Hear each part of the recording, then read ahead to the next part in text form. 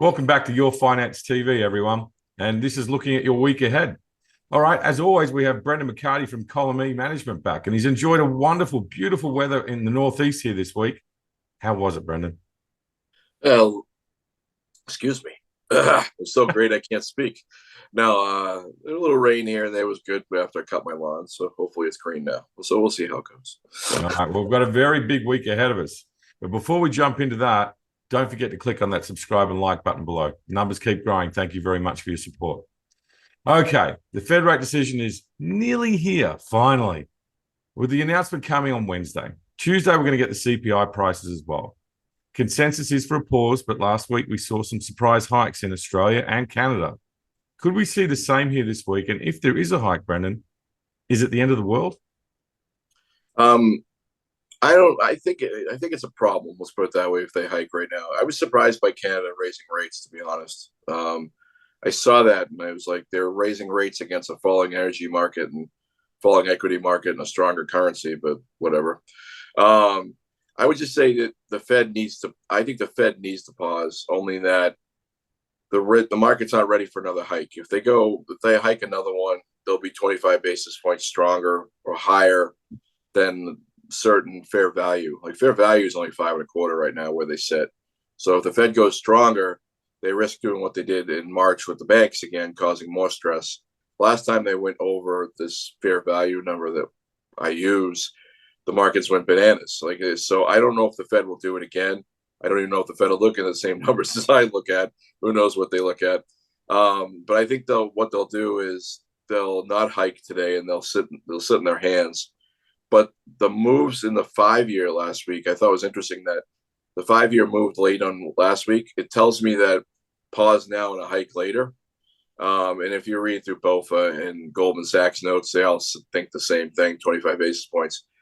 However, I think there's going to be more hikes coming down the pipeline only because the Fed is what they are. Their behavior, they just follow the same behavior, it seems. And they're all about the PCE and whatnot. And the PCE looks like it's actually turning higher. So if the PCE is a little elevated and is turning higher, I'll talk about a little bit, you're probably thinking more than 25 basis points. So I think the mistake with the market right now is they might be right in a pause, which is probably, I think, what's expected. It was a 50-50. I'm not sure right now. If they pause today, I'm pretty sure they're hiking more later because I think liquidity is still too plentiful in the system. Looks like they're flooding the system. Reserves are up, currency's up. Too much money in the system is what created this inflation problem to start with. And if the PECE starts to rise with it and earnings growth starts to pick up against it, it's looking at a surge of demand. And the Fed only responds to inflation with rate hikes instead of sucking money out of the system. So we just rinse and repeat, rinse and repeat. So I would say pause today, and then they start looking. I bet you there's 2 or 3 more rate hikes coming down after that. I bet they need the market to catch up to its moves. And if the market starts to climb, if the fair value starts to climb, you'll start to see the Fed hike more. So I'd say pause today, and going down the road, you'll see 2 to 3 more hikes. Yeah, well, they've got to make a decision either this one or the next one, right? Because then obviously you got the break in August where there's no decision.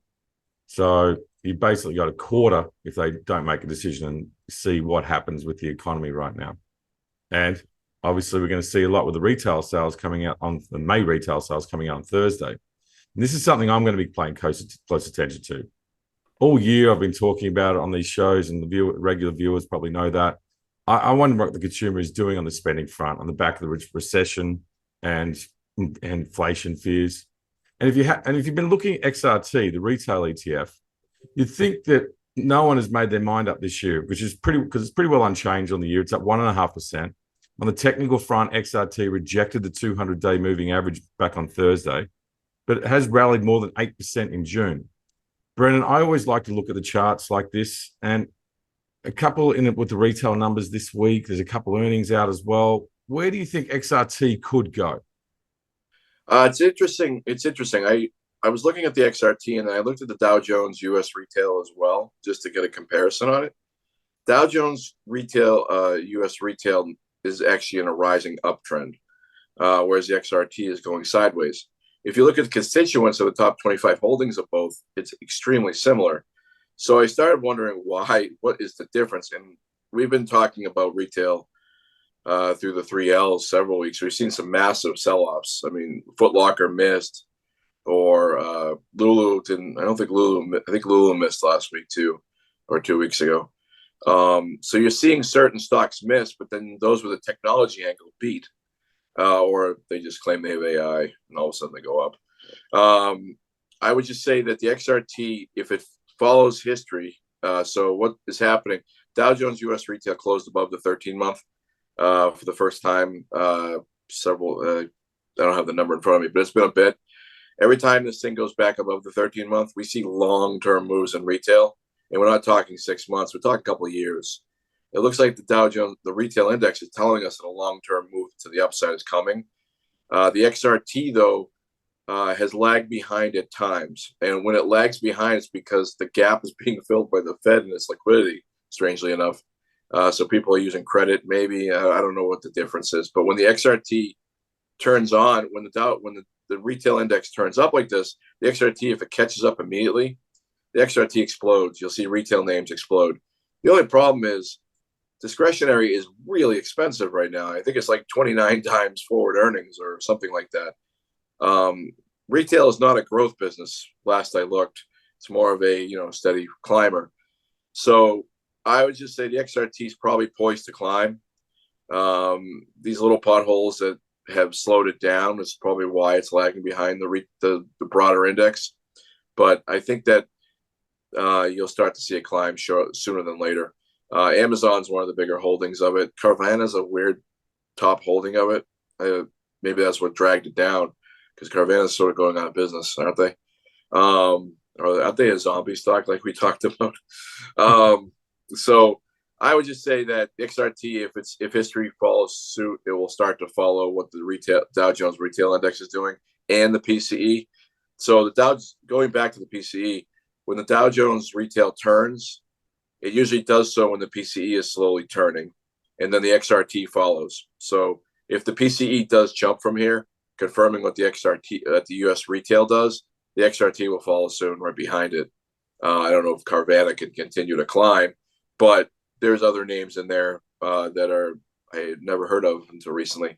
But Amazon's one of the bigger holdings, and Amazon's chart looks good. So I think you'll start to see the XRT catch up if all of this falls into suit. So retail, surprisingly, is stronger than I believe it would be.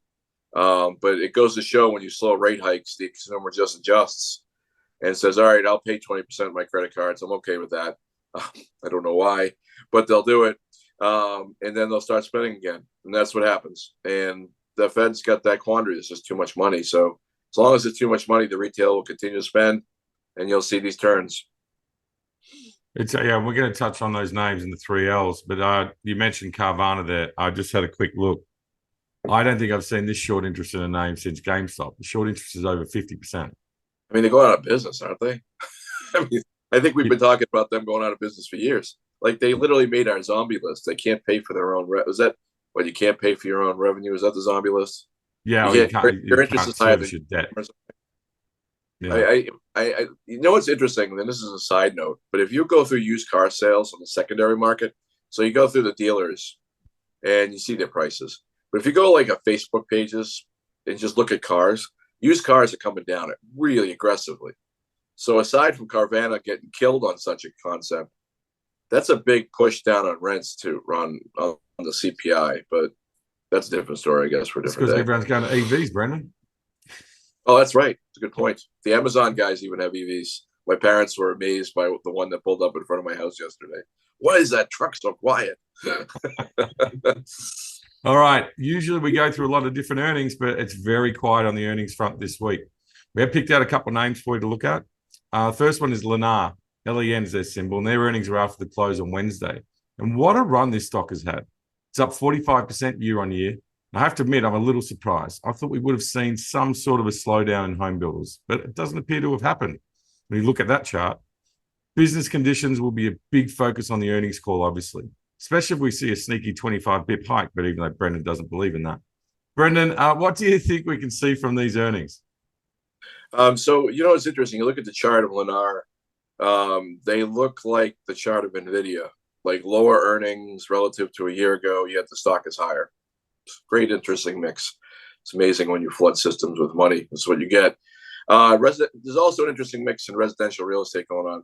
There's not many homes available, and that's caused supply to, I don't know what the latest supply numbers are, but they're still historically low. I mentioned to you offline that there's a house in my neighborhood, and we never get interest like this, but there were 10 cars at the open house, and uh, they were like expensive cars, and we're not really an expensive neighborhood. So there's a run into the existing home sale market. There's none available. So what do you do if you can't buy a home in the existing market? You go buy the cheaper new home through a Lennar. Lennar, I am also surprised that Lennar and the home builders have held up, but I think it's this split that's causing people to flood into the new home market, basically because there's not enough existing home market. And basically all the wealth that was created since October. Well, if you don't trust the stock market, what do? You take some of that money out and you go buy a house. And I think that's what new house creation is driving Lennar's earnings. Now, you wouldn't look, Lennar's earnings was stronger a year ago, but last quarter was lower than last year's quarter in March. That was prior to the rate hikes. So the rate hikes did have an effect on their earnings, but not a dramatic one. I would just say that Lennar they beat typically they always beat, it seems, because the numbers are always lower. So I would just say that they're probably going to beat again. And if they don't, that would be the signal of all the shorts. So if you look at the chart right now, it is topping right at the previous highs from a year ago. If it tops and they miss on earnings, potentially a massive double top is in the stock. But based on what is showing up in real estate, and people not really they're still buying. I mean, mortgage applications are not the best. They kind of they've stalled out.